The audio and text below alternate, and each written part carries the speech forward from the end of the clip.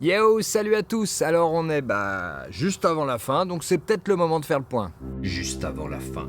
Autodiag des modes survie et autonomie d'un optimiste pas forcément bien parti.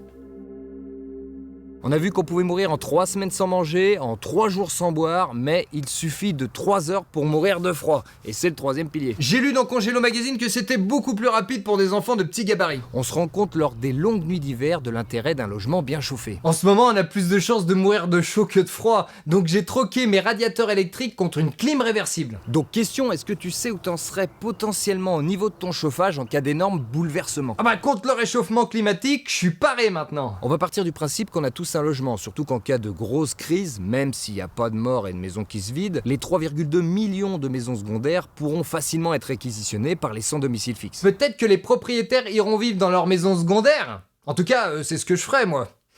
Si j'en avais une. Ce qui laisserait donc vides les maisons principales, et rien qu'avec les maisons secondaires et vacantes de Paris, on peut facilement loger les 300 000 SDF de France. Après, c'est un peu salaud de les envoyer vivre au milieu de tous ces rats.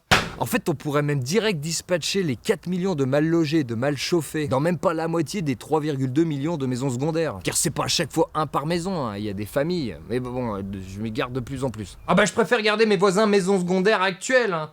Ils font aucun bruit quasiment toute l'année. On s'entend bien. Vu qu'on s'entend pas. Et que eux s'en tamponnent. Quoi qu'il arrive, peu importe le moyen de chauffage, tout est question d'énergie. Et l'énergie la moins coûteuse, la moins polluante, c'est celle qu'on dépense pas.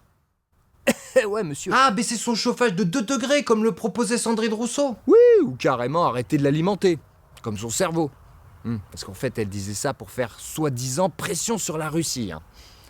Et on le sait que c'est inutile et contre-productif de le faire comme ça. Pour stopper toute dépense d'énergie, rien ne vaut le suicide. Alors quand le petit vélo dans sa tête aura fini la piste cyclable non genrée qui lui sert de réflexion, peut-être que ce sera son terminus. Pour dépenser moins d'énergie sans se nuire, 2 points. Le premier, c'est la construction du bâtiment.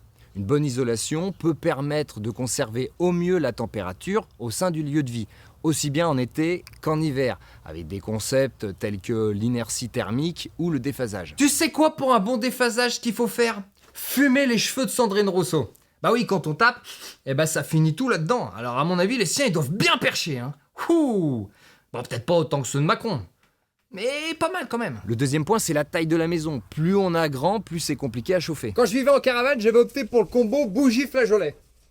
Tout à base de bœuf flamme. De mon côté, j'ai assuré sur la construction et sur l'isolation. La maison conserve très bien la chaleur en hiver. Bon, il me manque encore quelques vrais volets pour l'été, mais ça va venir. Par contre, j'ai un peu foiré sur la taille, c'est beaucoup trop grand, mais ça apporte évidemment d'autres avantages. Alors que 9 mètres carrés, c'est suffisant, même pas besoin d'isolation, de chauffage, tout à base de chaleur humaine, ou plutôt de chaleur animale, hein.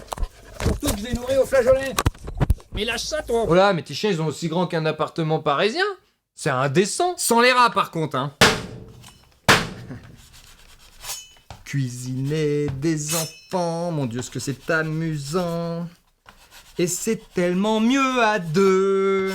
Bon, même si là, en l'occurrence, toi, t'es mort. Ensuite, bien entendu, vient le choix de l'énergie. Je vais aussi te donner 2 indicateurs.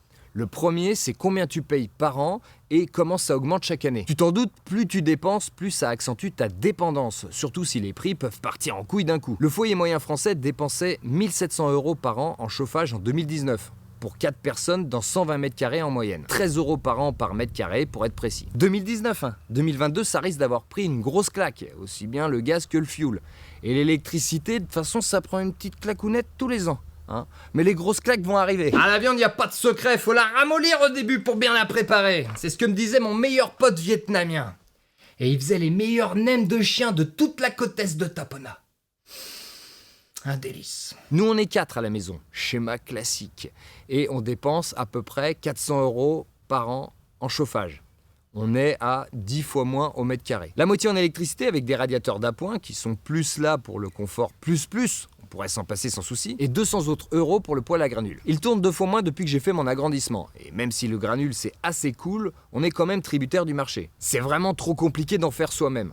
Un poêle granule bois serait peut-être l'idéal. Dans l'agrandissement, j'ai un poêle de masse qui chauffe facilement la moitié de la maison, voire même la totalité en mi-saison. Et tout ça avec seulement du bois de récup, car l'avantage du poêle de masse, c'est qu'on doit faire brûler très vite.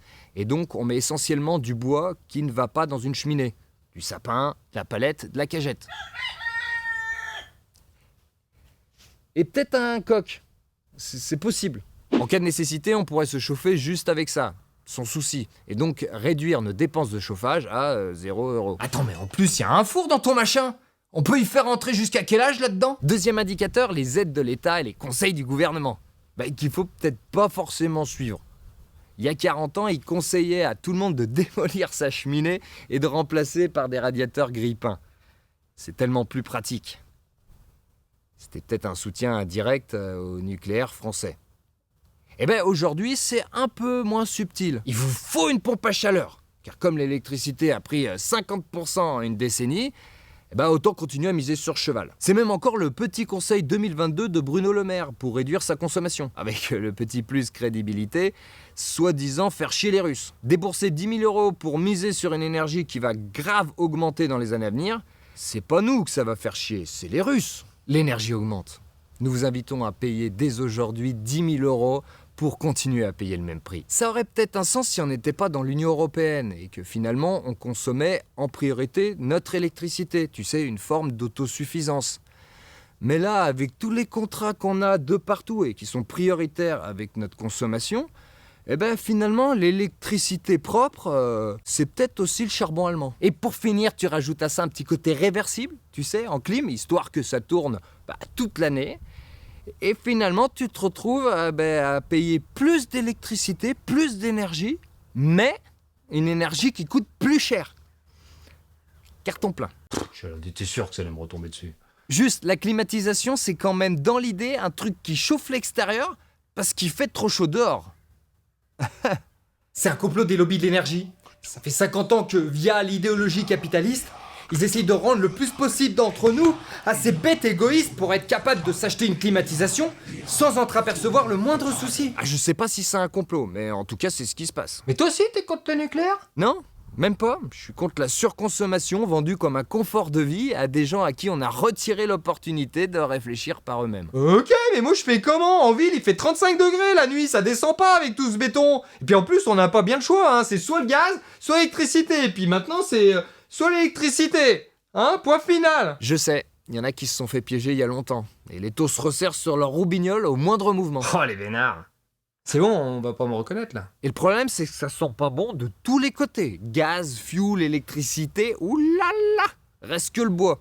Mais c'est peut-être parce qu'on est que 6% à l'utiliser que ça bouge pas trop. On a peut-être pas trop à s'en faire, car en ville, ils pourront jamais revenir. Et chauffer au bois, ça demande un petit peu d'effort, de temps et d'abnégation. Donc on est bon. Non mais le bois et la cuisson au feu de bois, y a rien de mieux. En plus là, on fait cuire toute la crèche. En conclusion, niveau chauffage, je me mettrais la note de 7. Car même si on devait se passer d'électricité et de granules, on mourrait pas de froid. Peut-être qu'un autre poêle à bois, pour le confort et la plantation d'une parcelle de forêt, genre juste à côté de la maison, ça ferait peut-être le 9 ou le 10. Comme d'habitude, envisager le pire, c'est surtout se rendre compte que le fer, ça peut servir. On entend déjà parler de coupure électrique pour cet hiver, le gaz flambe. Ou pire, on pourrait bientôt avoir celui des requins. Et de l'autre côté, le pouvoir d'achat, il gèle. Au point que se chauffer correctement, ça pourrait devenir un luxe pour beaucoup de monde. Sur ce, je vous souhaite de bien vous chauffer en hiver, de bien vous hydrater en été. Merci comme d'habitude à ceux qui aiment, à ceux qui partagent et à ceux qui typent. À très bientôt et passez un bon été.